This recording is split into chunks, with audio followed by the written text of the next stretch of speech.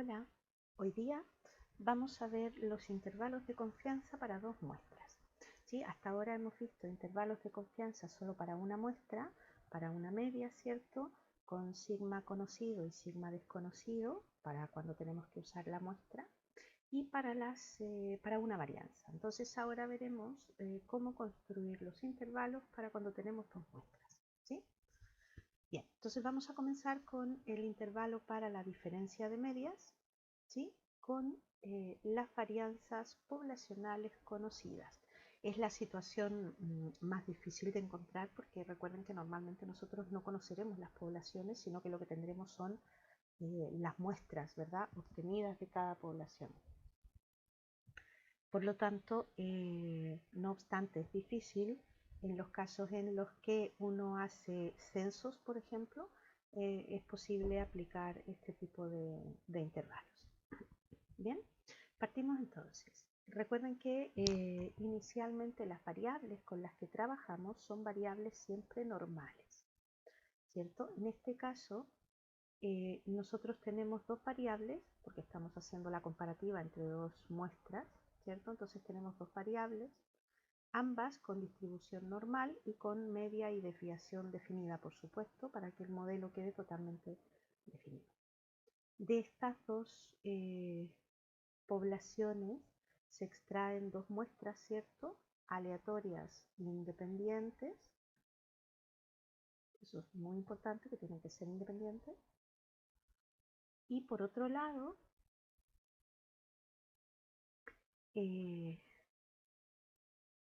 de lo que nos interesa, ¿verdad?, de estas muestras, es estudiar la diferencia de sus medias. ¿Por qué vamos a trabajar para la diferencia de medias? ¿Se recuerdan que cuando vimos las propiedades de la distribución normal, veíamos que la propiedad reproductiva decía que la suma o la resta de variables normales seguía siendo normal? Entonces, si bien es cierto, uno podría trabajar con la suma, pero perdemos la posibilidad de conocer al estudiar la diferencia cuando una muestra es mayor en promedio que la otra, ¿verdad? Dado que si estudiamos la diferencia y esta diferencia nos da positiva, necesariamente la media de x va a ser más grande que la media de y. En cambio, si esta diferencia nos da negativo, entonces necesariamente la media de y va a ser mayor que la media de x. Entonces, si estudiáramos la suma, nos perdemos esa información, ¿de acuerdo? Entonces, todas las conclusiones que podemos obtener se nos perderían. Entonces, por esa razón estudiamos las diferencias de las medias, ¿de acuerdo? Entonces, el pivote con el que vamos a trabajar será este, que en el fondo es nuestra variable aleatoria, la diferencia de ambas medias, tipificado, ¿cierto? Restamos la media y dividimos por la desviación típica conjunta. Entonces, cuando ya tenemos identificado el pivote y tenemos claro que el nivel de confianza con el que vamos a trabajar es 1 menos alfa, ¿cierto? ¿Se recuerdan? Entonces, la estructura con la que vamos a despejar, ¿verdad?, el parámetro que estamos estudiando será esta. Recuerden que las puntuaciones Z son las que delimitan la región de confianza, ¿cierto? Y por lo tanto, cuando ya incorporamos el pivote aquí, procedemos a hacer el despeje, ¿verdad? Entonces, para despejar y dejar aislada, en este caso, la diferencia de las medias, que es el parámetro, ¿verdad?, que estamos estudiando, un segundo, lo vamos a identificar solo para que no se pierda. Entonces, este es el parámetro que nosotros estamos estudiando, que es la diferencia de medias. ¿De acuerdo? Entonces, lo que necesitamos es dejarlo aislado y para eso, entonces, ¿cierto? Tendremos que multiplicar todo por esto, después restar esto, multiplicar por menos 1 para dejar finalmente aislado el parámetro que en este caso es la diferencia de las medias poblacionales. Entonces, cuando hacemos todo ese proceso, el intervalo nos queda de esta forma, es decir, la diferencia de las medias menos el error para el límite inferior y la diferencia de las medias más el error para el límite superior. ¿De acuerdo? Entonces vamos a ejemplificar esto. El ejemplo 27 nos dice lo siguiente. Una empresa farmacéutica estudia la fabricación de un nuevo analgésico, ¿cierto? Para ello analiza dos grupos similares de pacientes, A y B, con 50 y 100 individuos respectivamente. Entonces se suministró al grupo A un nuevo analgésico, dice, y al grupo B se le mantiene uno convencional. Entonces en el grupo A se obtuvo un número medio de tiempo que tardaba en hacer efecto el analgésico de 32 minutos, que está en celeste para el grupo A, y para el grupo B, que lo tenemos en verde, sería 47 minutos en promedio. Luego nos dan las desviaciones, ¿cierto? Poblacionales, eso es muy importante, porque si no la fórmula no podríamos aplicarla, ¿cierto? Porque supone que son conocidas las varianzas poblacionales. Entonces nos dan aquí los valores tanto para A como para B, y con toda esa información nos piden determinar un intervalo de confianza para la diferencia de medias y concluir si el nuevo analgésico es o no mejor que el tradicional. Entonces, lo primero que haremos es clarificar, ¿verdad?, que el nivel de confianza, si es que no nos lo dan, supondremos siempre, que es lo que hacen los programas informáticos, suponer el 95%, que es el estándar, ¿no? Entonces, si 1 menos alfa corresponde a 0,95, alfa corresponde a 0,05 y por tanto alfa medios a 0,025. Recuerden que esto es básico porque luego iremos a buscar las puntuaciones Z que delimitan el nivel de confianza, en este caso del 95%. ¿Sí? Bien, entonces para eso necesitamos, ¿cierto?, tener claro alfa medios e ir a buscar el valor a la distribución Z, que es la normal tipificada, ¿cierto? Entonces para eso vamos a la aplicación, ya sea del computador o la del teléfono, y buscaremos la distribución normal.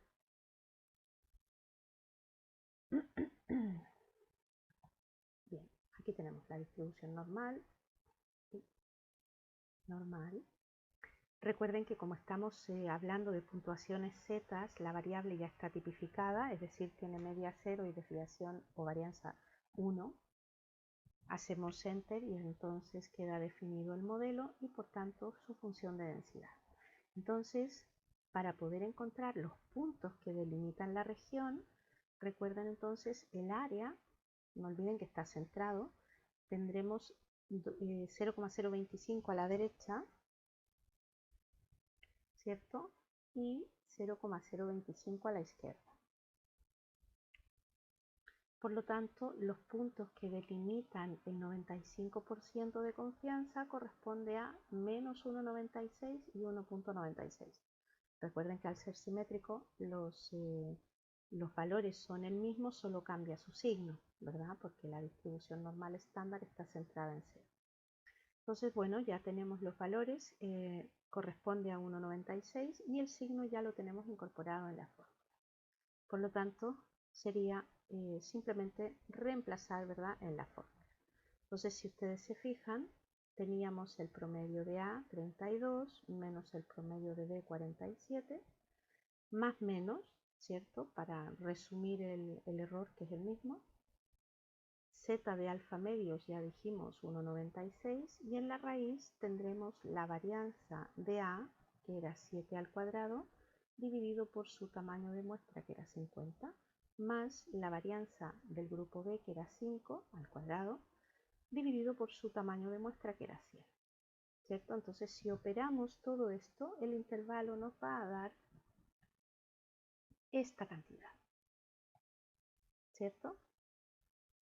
Por lo tanto, a la hora de interpretar esto, ¿cierto?, como el intervalo es para la diferencia de medias, las verdaderas diferencias de medias, ¿cierto?, diremos entonces que la verdadera diferencia de medias de las horas que tarda en hacer efecto el medicamento se moverá o fluctuará entre menos 17 y 13 minutos aproximadamente, ¿cierto? Con un 95% de confianza. Pero esto no responde a la pregunta, esa es la interpretación, pero no responde a la pregunta de si el nuevo analgésico es o no mejor que el tradicional, ¿sí? Es decir, la media 1 o la media A es significativamente mayor que la segunda o la del segundo grupo. Entonces, esa conclusión la podemos obtener si analizamos un poco más detenidamente el intervalo. Recuerden que el intervalo es para la diferencia de medias, ¿cierto? Ya lo dijimos. Por lo tanto, lo que tenemos que valorar ahora es cómo es ese intervalo, entre qué rango de valores lo tenemos. Entonces, si esta diferencia a nosotros nos diera siempre en un rango positivo, necesariamente la media 1 tendría que ser mayor que la media 2, ¿verdad? En cambio, si nos da en un rango negativo, necesariamente la media 2, que tiene el signo negativo, sería mayor que la media 1, ¿verdad? Que sería este caso. Y la otra posibilidad es que nos dé en un rango negativo positivo. ¿Qué significa esto? Que el 0 está dentro de ese intervalo y es un valor perfectamente probable.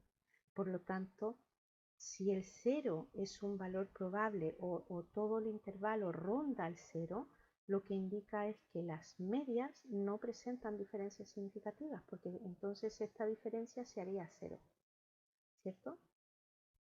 Por lo tanto, dado el monto que tiene el intervalo, es decir, estamos en el tercer caso, en un rango negativo o positivo, necesariamente entonces el 0 es un valor perfectamente probable dentro del intervalo, por lo que entonces la verdadera diferencia de medias, no presenta diferencias significativas, ¿cierto? ¿Cuál es la conclusión entonces? Que si no hay diferencias significativas, el nuevo analgésico no es mejor que el convencional, ¿cierto? Es decir, no mejora sustancialmente el promedio, ¿cierto? Que era lo que veíamos aquí, que tarda en hacer efecto el famoso medicamento. ¿De acuerdo? Entonces ahora ya no es simplemente una opinión, sino que ahora tenemos evidencia que se puede fundamentar, ¿verdad? Y esa fundamentación nos permite sacar estas conclusiones que son aceptadas por la comunidad científica porque tienen un fundamento técnico, ¿sí? Y es objetivo, no es simplemente una mera opinión. ¿De acuerdo? Bien, de esa manera entonces utilizamos el intervalo para la diferencia de medias con varianzas conocidas. Ahora, ¿qué ocurre cuando no las conocemos, las varianzas o las desviaciones? Que va a ser el caso habitual. Entonces, en este caso, recuerden que nosotros seguimos teniendo las dos variables aleatorias normales, ¿cierto? Seguimos extrayendo las dos muestras, pero ahora, ¿cierto? Las varianzas poblacionales ya no son conocidas. Por lo tanto, la fórmula anterior ya no podemos utilizarla porque no son conocidas. Entonces, venimos a reconocer que podemos estudiar las varianzas muestrales, ¿cierto? A las que llamábamos cuasivarianzas y que sabemos la distribución que tienen, ¿cierto? Esta distribución era una distribución chi cuadrado. ¿Se recuerdan? ¿Por qué? Porque estábamos trabajando con la variable al cuadrado.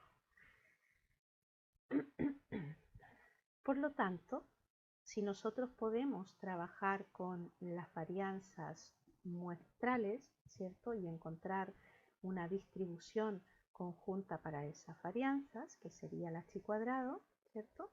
Entonces podemos encontrar un pivote que contenga, ¿cierto? Un proceso de tipificación, pero a través de las varianzas muestrales y por lo tanto la distribución involucrada va a ser una T de Stirling.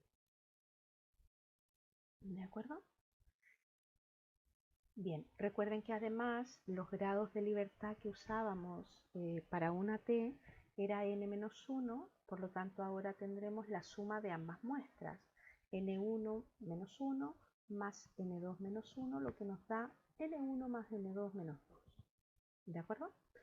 Bien, entonces si nosotros utilizamos esto como pivote, que no es más que nuestra variable tipificada, ¿cierto? Restamos la media y dividimos por la desviación típica conjunta, entonces, fijado el nivel de confianza 1 menos alfa, ya podemos identificar, ¿cierto?, las puntuaciones T que delimitan ese nivel de confianza y despejar finalmente de aquí nuestra diferencia de medias que corresponde al parámetro que estamos estudiando, ¿cierto? El mismo caso anterior. Entonces, lo único que vamos a hacer es identificar que es este el parámetro que nosotros tenemos que dejar aislado, que tenemos que de alguna manera despejar. Entonces multiplicaríamos todo por el denominador, luego restaríamos esta diferencia, multiplicamos por menos 1 y tenemos perfectamente aislada la verdadera diferencia de medias. Entonces si hacemos todos esos procedimientos, este es el intervalo que nos queda. ¿De acuerdo? No se asusten, lo usaremos manualmente algunas veces y luego ya utilizaremos cualquier software disponible, libre, que podamos para hacer los cálculos, ¿de acuerdo? Pero al principio hay que acostumbrarse para ver de dónde vienen las cosas y luego para que las podamos interpretar, ¿de acuerdo? Entonces, veamos la ejemplificación. En el caso del ejemplo 28 se planteaba un profesor tiene dos cursos a los que enseña una misma materia. En la primera prueba, el primer curso obtuvo un rendimiento promedio de 4, mientras que el segundo curso obtuvo un rendimiento medio de 3,8. Me dice que el primer curso tiene 35 estudiantes con una desviación típica de 0,3 y el segundo lo componen 40 estudiantes con una desviación típica de 0,35. Con esa información muestral me pide entonces construir un intervalo de confianza del 95% y valorar si es que existen diferencias significativas en los rendimientos de los dos cursos. Entonces lo primero siempre será delimitar el nivel de confianza y las puntuaciones, ¿cierto?, que de alguna manera bordean este nivel de confianza, ¿cierto? Como ya dijimos, si era 1 menos alfa el nivel de confianza, el 95%, alfa corresponde al 5% y por lo tanto alfa medios a 0,025. Con eso entonces vamos a identificar los grados de libertad para ir a la tabla T. Entonces los grados de libertad, decíamos antes, en una T son siempre n-1 grado de libertad, pero como tenemos dos muestras, debemos sumar esos grados de libertad. Entonces sería n1 más n2 menos 2. O sea, 35 menos 1 más 40 menos 1, que equivale a decir 35 más 40 menos 2, ¿no? En el fondo nos quedan 73 grados de libertad para 0,025. Entonces vamos a la tabla T o al programa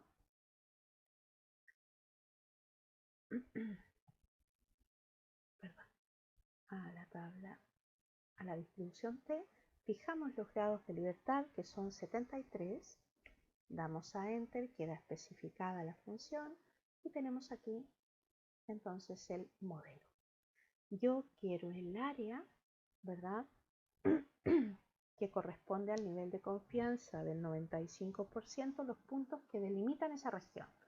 Por lo tanto, debo dejar 0,025 a la izquierda y a la derecha. Por lo tanto, los puntos críticos que delimitan la región de confianza corresponden a menos 1,993 y 1,993. Recuerden que solamente nos llevamos el número porque el signo finalmente ya está en la fórmula. ¿De acuerdo? Entonces ahora que ya tenemos el valor de t, será simplemente reemplazar en la fórmula, ¿cierto? Tenemos los promedios, tenemos los tamaños de muestra, las varianzas y las puntuaciones t. Con lo cual hemos dejado de tarea que ustedes resuelvan esto y lo veremos el próximo día. ¿De acuerdo? Esto es mañana jueves. ¿Bien? Entonces nos vemos mañana y resolvemos finalmente el ejercicio y sacamos las conclusiones. ¿De acuerdo?